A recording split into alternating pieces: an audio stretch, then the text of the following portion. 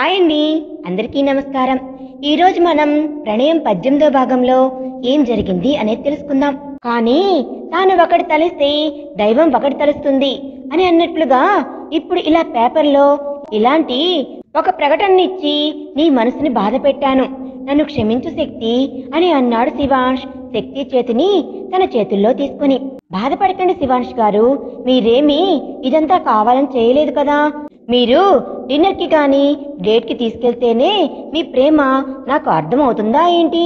మీరు నన్ను ప్రేమిస్తున్నారు అన్న ఒకే ఒక్క మాట నాకు ఎంతో సంతోషాన్నిస్తుందో మీకు తెలియదు శివాంష్ గారు.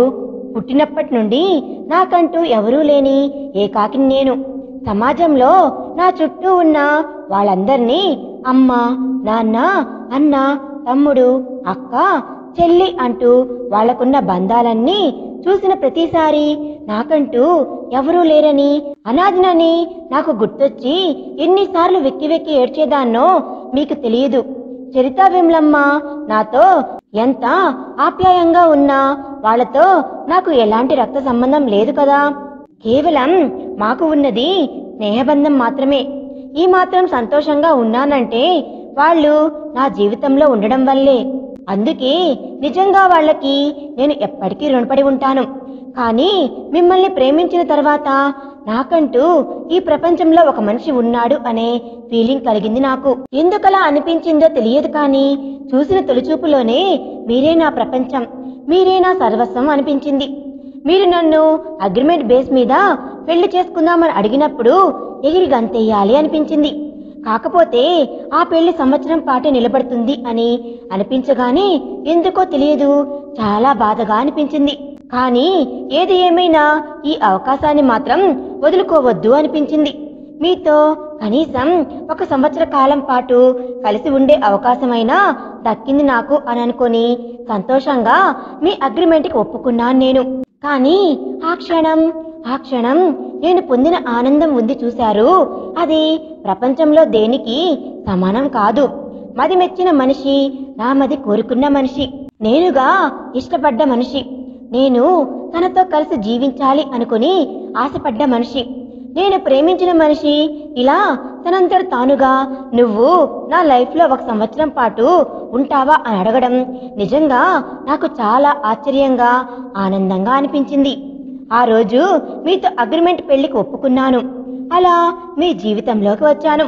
నిజం చెప్తున్నాను శివాంష్ గారు, నేను మీ జీవితంలోకి వచ్చినప్పటి నుండి నేను అనాథని అనే విషయాన్నే పూర్తిగా మర్చిపోయాను. నాకు నా భర్త ఉన్నాడు, నా మెడలో 3 ముళ్ళు వేసినవాడు ఉన్నాడు. వాడితో నా ప్రయాణం కేవలం 1 సంవత్సరం కాలమే అయినా ఈ సంవత్సరం కాలాన్ని జీవితాంతం గుర్తుపెట్టుకొని జీవితం ముగిసే వరకు గడిపేయాలని ఆశపడ్డాను నేను. అందుకే మీతో ఉన్నన్ని రోజుల్లో నా భవిష్యత్తు కావాల్సిన అందమైన జ్ఞాపకాలను పోగేసుకునే పనిలో పడ్డాను నేను. అందులో భాగంగానే మత్తులో ఉన్న మీతో ఇంటిమేట్ అయ్యాను, అంతే తప్ప కోరికతో కాదు. నేను మీతో కలిసినప్పుడు నా మనసులో ఉన్నది స్వచ్ఛమైన ప్రేమ తప్ప కోరిక, కామం ఏమాత్రం లేదు శివాంష్ గారు అని అంది శక్తి కన్నీళ్లతో.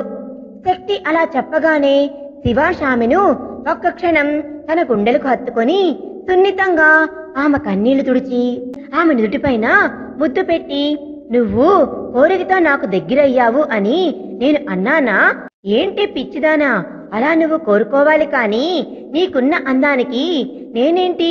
ఎవరైనా సరే నీ పాదాల చెంత వాలిపోతారు. నువ్వు అది కాదు శక్తి. నా శక్తి ఓ అద్భుతం, నా శక్తి ఓ అమోఘం, నా శక్తి నిలువెత్తు ప్రేమకి ప్రతిరూపం. ఆమెకు ఎవరినైనా ప్రేమించడమే తెలుసు, కానీ మోహించడం, మోసం చేయడం, వంచడం తెలియదు నా శక్తికి. నా శక్తి ఒంటి మీదకు 25 ఏళ్లు వచ్చినా పసిపాపే. నాకు తెలీదా ఆమె గురించి?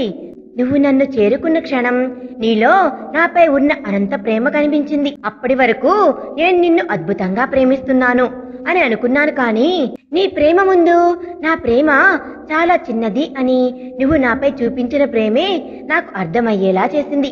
ఆ క్షణం నుంచి నిన్ను ఇంకా ప్రేమించాలని ఆరాటపడుతూనే ఉన్నాను. కానీ ఎప్పటికప్పుడు నువ్వు నాపై చూపించే ప్రేమ ముందు నా ప్రేమ చిన్నబోతూనే ఉంది. కానీ శక్తి, ఒకటి మాత్రం నిజం, నువ్వు నా కోసమే ఈ భూమి మీదకు వచ్చావు. నేను నీకోసమే ఇన్నేళ్లుగా ఎదురు చూశాను. కాకపోతే అది గుర్తించకుండా కేవలం మరదలు అన్న భ్రమలోనే బ్రతికిపోయాను. నేను ఏ రోజైతే ఆ భ్రమ నుండి బయటపడ్డానో ఆ రోజు నుండి ప్రతి క్షణం నీ అద్భుతమైన రూపం, నీ అందమైన మోము, నీ అమాయకమైన కళ్ళు, నీ పాలుగారే చెక్కిళ్ళు అనుక్షణం నన్ను నీ వైపే లాగుతూ పిచ్చివాణ్ణి చేసేశాయి.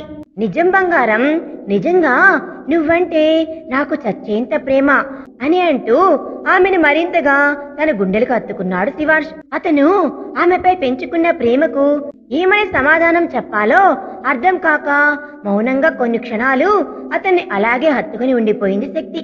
ఆమె తనని హత్తుకునే తీరే చెప్తుంది ఆమె తనని ఎంతలా ప్రేమిస్తుంది అని. ఒక్కోసారి మన ప్రేమని మాటల్లో వ్యక్తపరచలేము అనుకుంటే ఇలా అందంగా ఒక బిగి కౌగిలితో, చేతి స్పర్శతో తెలియజేయవచ్చనే విషయం మొట్టమొదటిసారిగా శివాంష్కి అవగతమవుతుంది. అలా ఇద్దరు కొంతసేపు ఒకరి కౌగిల్లో ఒకరు సేద తీరారు. ఒకరి స్పర్శని మరొకరు ఫీల్ అవుతూ, ఒకరి మీద ఉన్న ప్రేమను మరొకరు తెలుసుకుంటూ, చూపించుకుంటూ అలాగే దాదాపు అరగంట పాటు ఉండిపోయారు. నా పట్ల ఇంత అద్భుతమైన ప్రేమను పెంచుకున్నా మీరు మరి చరిత్రతో ఇదంతా పేపర్లో అసలు ఏం జరుగుతుంది శివాంష్ గారు? మీకు చెప్పాలనిపిస్తే చెప్పండి, లేదు చెప్పాల్సిన అవసరం లేదు అనుకుంటే నాకు ఏమీ చెప్పొద్దు అని అంటూ శివాంష్ కళ్ళల్లోకి చూస్తుంది శక్తి. శక్తి అలా అడగగానే శివాంష్ ఒక్క క్షణం ఆలోచనలో పడిపోయాడు. ఇప్పుడు ఈ విషయం శక్తికి చెప్తే తను తట్టుకోగలుగుతుందా? ఒకవేళ తను ఆ విషయం తెలుసుకుని స్ట్రెస్ తీసుకుంటే ఇలాంటి పరిస్థితుల్లో ఆమెకి స్ట్రెస్ ఏమాత్రం మంచిది కాదు. ఆమెతో పాటు కడుపులో ఉన్న బిడ్డపై కూడా ఎఫెక్ట్ అవుతుంది. అసలే డాక్టర్ తను చాలా బలహీనంగా ఉందని చెప్పారు. తనని జాగ్రత్తగా చూసుకోమని కూడా చెప్పింది. మరి ఇప్పుడు నేను ఈ విషయం చెప్తే శక్తి తట్టుకోగలుగుతుందా? నేను చెప్పిన విషయం విన్న తర్వాత ఒకవేళ ఆమె తన మూలంగానే నా కల నెరవేరలేదు అనే ఫీలింగ్ తో బాధలో కూరుకుపోతే, బాధలు పడితే పర్వాలేదు, బాధ నుండి బయటకు తీసుకుని రావచ్చు. కానీ విషయం తెలిసి నా నుండి శాశ్వతంగా వెళ్ళిపోతే ఈ ఊహ కూడా నేను భరించలేకపోతున్నాను. ఒకవేళ అదే నిజమైతే ఖచ్చితంగా నేను బ్రతకలేను అని అనుకున్నాడు శివాంష్ మనసులో. శివాంష్ మనసులోని ఫీలింగ్ అర్థం చేసుకున్నట్లుగా శక్తి, చూడండి శివాంష్ గారు, మీరేం ఆలోచిస్తున్నారో నేను అర్థం చేసుకోగలను. మీరేం చెప్పినా సరే నేను ధైర్యంగా వినడానికి సిద్ధంగా ఉన్నాను. అలాగే మీరు అనుకున్నట్లుగా పిచ్చి పిచ్చి పనులు ఏమీ చేయను. ఎలాంటి విషయం విన్నా సరే నేను ధైర్యంగా తట్టుకొని నిలబడతానే తప్ప ఎలాంటి పిచ్చి పిచ్చి డిసిషన్స్ తీసుకోను. అలాగే నేను ఏమాత్రం స్ట్రెస్ కూడా తీసుకోను. నాకు నీతో పాటు నా కడుపులో ఉన్న మీ ప్రతిరూపం కూడా ఇంపార్టెంట్. మనిద్దరి ప్రేమకి ప్రతిరూపమైన ఆ ప్రాణాన్ని జాగ్రత్తగా కాపాడుకోవాల్సిన బాధ్యత మీకెంతుందో మీతో పాటు నాకు అంతే ఉంది. కాబట్టి మీరు ధైర్యంగా విషయం ఏదైనా సరే చెప్పండి. నేను దేనికైనా ఫేస్ చేయడానికి సిద్ధంగా ఉన్నాను అని అంటూ శక్తి కాన్ఫిడెంట్ గా చెప్పింది శివాంష్ కి. శక్తి అంత కాన్ఫిడెంట్ గా మాట్లాడటంతో శివాంష్ అసలు విషయం చెప్పడానికే నిర్ణయించుకున్నాడు. చెప్పాలనుకున్న విషయం శక్తికి చెప్పిన తర్వాత రిజల్ట్ ఏదైనా సరే ఫేస్ చేయడానికి సిద్ధమైపోయాడు.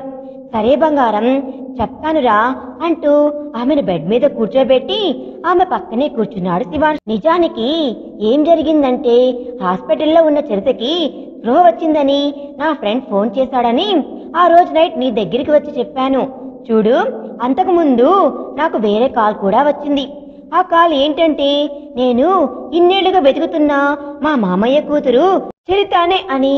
నాకు ఆ విషయం వినగానే అసలు దాన్ని ఎలా రిసీవ్ చేసుకోవాలో నాకు అర్థం కాలేదు. అవతల వైపు ఫోన్ చేసిన డిటెక్టివ్ ఏజెన్సీ వాళ్ళు ముందుగా మా మామయ్య కూతుర్ని చేర్పించిన అనాథ శరణాలయం మంటల్లో కాలిపోయిందని, అందులో ఉన్న పిల్లలందరూ కూడా చనిపోయారని రిపోర్ట్ ఇచ్చారు.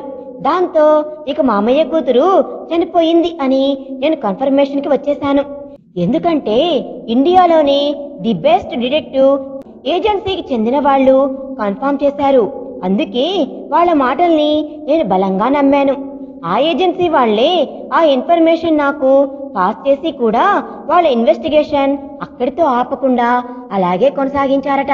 ఇన్వెస్టిగేషన్ లో తెలిసిందేంటంటే ఈ అనాథ శరణాలయంలో పిల్లలు చాలా ఎక్కువగా ఉన్నారని, ఆ ఆశ్రమం కాలిపోవడానికి సరిగ్గా వారం రోజుల ముందే దాదాపు ఒక 30 మంది పిల్లల్ని వేరే వేరే శరణాలయాలకు షిఫ్ట్ చేయడం జరిగిందట. పెద్ద పిల్లలైతే ఇక్కడ అలవాటు పడిపోయి ఉంటారు కాబట్టి వాళ్ళని పంపించడం కష్టం. ఒకరితో ఒకరికి పిల్లలకి బలమైన స్నేహం ఏర్పడి ఉంటుంది కాబట్టి వాళ్ళు ఒకరిని ఒకరు వదిలి ఒకరు వెళ్తే బెంగ పెట్టుకుంటారనే ఉద్దేశంతో 5 ఏళ్లలోపు పిల్లల్ని 30 మందిని వేరువేరు శరణాలయాలకు పంపించారంట. అలా పంపించిన వాళ్ళలో మా మామయ్య కూతురు కూడా ఉందట. విషయం తెలుసుకున్న ఏజెన్సీ వాళ్ళు కనీసం నాకు ఇది మ్యాటర్ అని కూడా చెప్పకుండా అప్పటికే వాళ్ళు ఇన్వెస్టిగేషన్ చేయడం మొదలు పెట్టారట. ఆల్రెడీ మా మామయ్య కూతురు చనిపోయిందని నాకు చెప్పేశారు కదా. ఈ విషయం చెప్పి నాలో హోప్స్ పెంచి ఒకవేళ రిజల్ట్ నెగటివ్ గా వస్తే నేను బాధపడతాననే ఉద్దేశంతో నాకు చెప్పకుండానే ఇన్వెస్టిగేషన్ స్టార్ట్ చేశారంట. వాళ్ళ ఇన్వెస్టిగేషన్ లో తెలిసిన విషయం ఏమిటంటే ఆ 30 మంది పిల్లల్ని 3 అనాథ శరణాలయాలకి మార్చారంట. ఆ 3 చోట్ల కూడా ఎంక్వైరీ చేస్తే వీరు పెరిగిన అనాథ శరణాలయంలో మా మామయ్య కూతుర్ని చేర్పించినట్లుగా వాళ్ళకి ఇన్ఫర్మేషన్ వచ్చిందట. ఆ అమ్మాయి ఎవరు అంటూ వెతుకుతున్న వాళ్ళకి చరితనే మా మామయ్య కూతురు అనే విషయం తెలిసింది. దాంతో వెంటనే ఆ ఏజెన్సీ వాళ్ళు నాకు ఆ విషయాన్ని ఫోన్ చేసి చెప్పారు. చరిత మా మామయ్య కూతురు అని తెలిసిన ఒక్క క్షణం నా మనసు ఎంతగానో సంతోషించింది.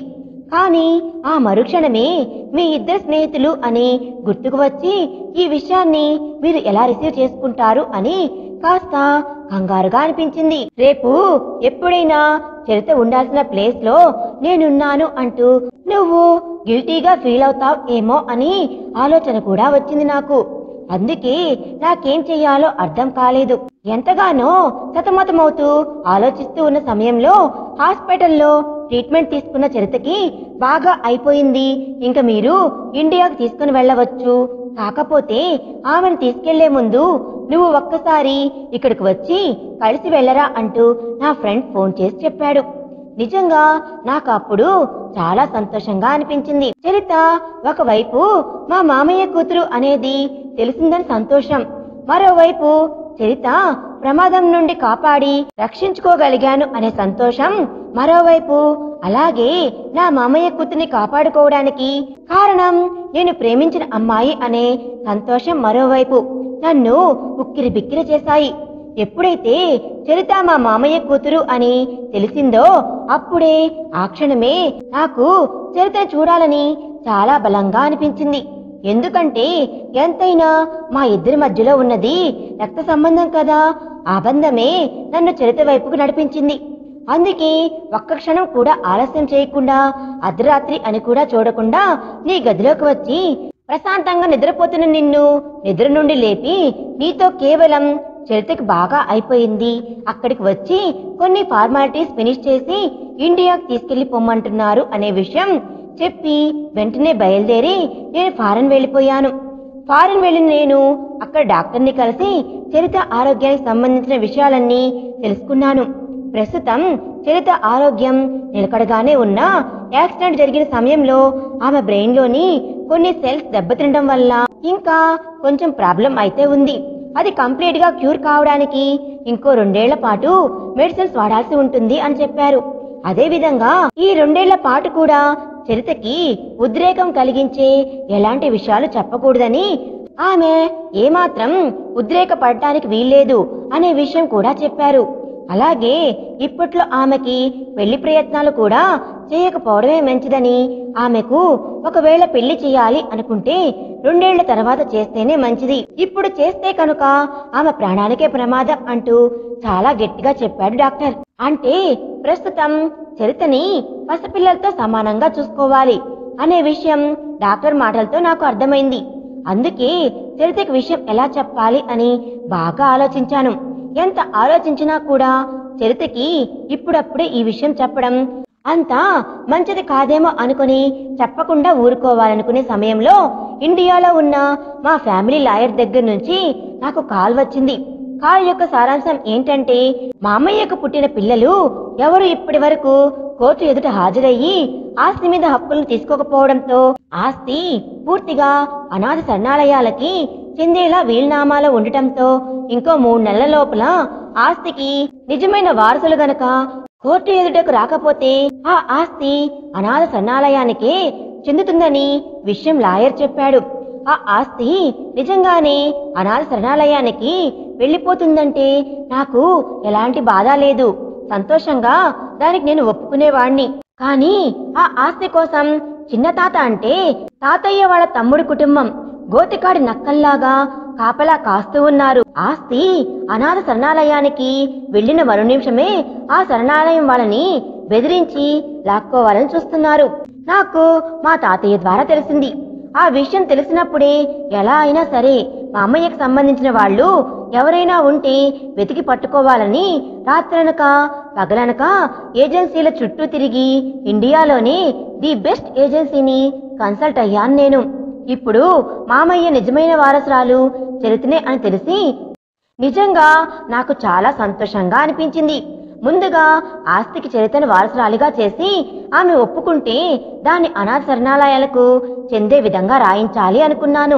ఒకవేళ ఆమె ఒప్పుకోకపోయినా స్వార్థపరులైన వాళ్ల చేతుల్లోకైతే ఆస్తి వెళ్లకుండా ఉంటుంది కదా అనుకున్నాను. ఇంకో విషయం ఏంటంటే, తాతయ్య వీలునామా ప్రకారం ఆస్తికి నిజమైన వారసులు వచ్చినా కూడా తాను మొదలుపెట్టిన సామాజిక సేవ వాళ్లు కూడా అలాగే కొనసాగించాలని షరతు కూడా ఉంది. కాబట్టి చరిత ఆస్తులను తీసుకున్నా కూడా తాతగారి హయాం నుండి వస్తున్నటువంటి సేవా కార్యక్రమాలను ఏమాత్రం ఆపడానికి వీల్లేదు. కాబట్టి నాకు ఆ విషయం కొంతలో కొంత బెటర్ అనిపించింది. లాయర్ అలా ఫోన్ చేసి చెప్పగానే నాకు ఒక క్షణం ఏం చేయాలో అర్థం కాలేదు. కానీ చూస్తూ చూస్తూ అన్ని ఆస్తిపాస్తులను దుర్మార్గుల చేతికి వదిలేసి అనాథలైన ఆ పసికందులకు అందుతున్న ఆసరా కోల్పోయే విధంగా చేయడానికి నా మనసు ఏమాత్రం అంగీకరించలేదు. అందుకే వెంటనే మామయ్య తరపున వారసురాలు దొరికింది. ఆమె ఇంకో 2 నెలల లోపల కోర్టు ఎదుట హాజరవుతుంది అనే విషయాన్ని కోర్టులో చెప్పమని చెప్పి లాయర్కి చెప్పాను. లాయర్కి చెప్పడం అయితే చెప్పాను, కానీ చరితకు సంబంధించిన విషయాలు ఏవీ బయటకు వచ్చినా ఇప్పుడు ఆమె ప్రాణాలు ప్రమాదంలో ఉన్నట్లే అనే విషయం నాకు బాగా అర్థమైంది. ఆస్తి కోసం ఎంతగైనా తెగించే దుర్మార్గులు చిన్న తాతయ్య వాళ్ళు. అందుకే చరితను కాపాడుకోవాలి అంటే చరితని నా భార్యగా వాళ్లకు చూపించాలి. ఎంత దుర్మార్గులైనా సరే వర్మస్ కుటుంబంలోని వ్యక్తుల జోలికి రావాలంటే భయపడిపోతారు. తాతయ్యకున్న పొలిటికల్ పవర్, నాన్నకున్న బిజినెస్ పవర్, ఇక నాకున్న తిక్క గురించి ప్రత్యేకించి చెప్పాల్సిన అవసరం లేదు. అందుకే చరితని కాపాడుకోవాలంటే నేను ఆమెని పెళ్లి చేసుకోవాలి, తప్పదు. ముందు చరితకి తానే నా మరదలు అనే విషయం చెప్పాలి అనుకున్నాను. అనుకోవడమే ఆలస్యం. చరిత దగ్గరికి వెళ్లి కూర్చున్నాను నేను. నన్ను చూసి ఎవరు అని అడిగితే విమలమ్మ గారు క్లుప్తంగా మనిద్దరికి పెళ్లి అయిన విషయం చెప్పింది. ఆ విషయం తెలుసుకున్న చరిత కంటతడి పెట్టుకుంది. తన కోసం తన స్నేహితురాలు జీవితాన్నే పణంగా పెట్టిందని తెలిసి ఎంతగానో బాధపడింది చరిత. మరి శివాంష్ అనుకున్నట్లు చరిత తన మేనమామ కూతురు అని చెప్పాడా శివాంష్? ఆ విషయం తెలిసిన చరిత ఎలా రియాక్ట్ అయింది అనేది మనం నెక్స్ట్ పార్ట్ లో తెలుసుకుందాం. ఈ వీడియో కనుక మీకు నచ్చినట్లయితే ప్లీజ్ లైక్ చేయండి. Thanks for watching.